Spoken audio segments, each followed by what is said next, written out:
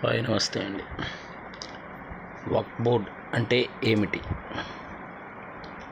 వక్ఫ్ board అంటే దేవుడికి ఇవ్వబడిన భూమి, దేవుడి భూమి అని అర్థం.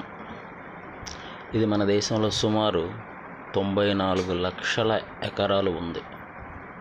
ఈ వక్ఫ్ బోర్డ్ చట్టం 1995లో అమలు చేయబడింది. దేశంలోని ఎక్కువ భూమి రక్షణ శాఖ కింద మొదటి స్థానంలో ఉంది. తర్వాత రైల్వే శాఖ కింద రెండవ స్థానంలో ఉంది. ఆ తరువాత ఈ వక్ఫ్ బోర్డ్ కిందే దేశంలో అత్యధిక భూమి ఉంది. సో వక్ఫ్ అంటే దేవునికి ఇచ్చిన భూమి, ఇవ్వబడ్డ భూమి. పిఎం మోడీ వక్ఫ్ బోర్డ్ అధికారాలను తగ్గించాడు.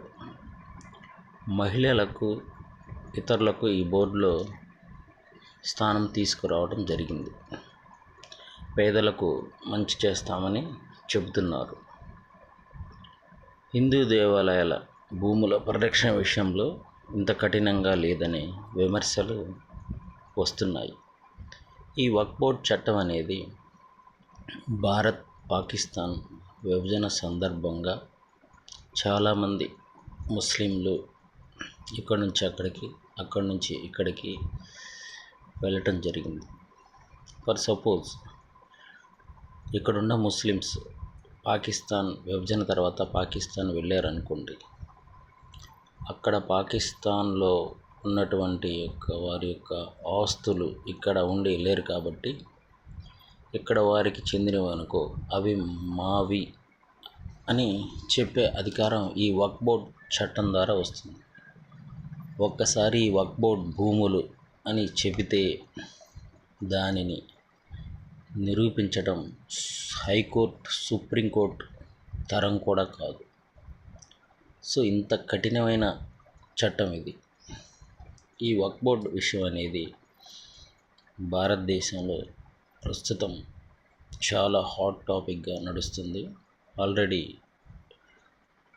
లోక్సభ, రాజ్యసభలో బిల్లు ప్రవేశపెట్టడం జరిగింది. ఈ వక్ఫ్ బోర్డ్ గురించి కొంతమంది అనుకూలంగాను, మరికొందరు ప్రతికూలంగాను వ్యవహరిస్తున్నారు. దేశంలో కూడా, ప్రజల్లో కూడా అనేక అపోహలు అనుకూలంగాను, ప్రతికూలంగాను ఉండడం జరిగింది వక్ఫ్ బోర్డ్ గురించి. సో ఈ వక్ఫ్ బోర్డ్ అంటే దేవుడికి ఇవ్వబడిన భూమి, దేవుడి భూమి అని అర్థం. ఇది మొత్తం దేశంలో 94 లక్షల ఎకరాలు ఉంది. Thank you to all.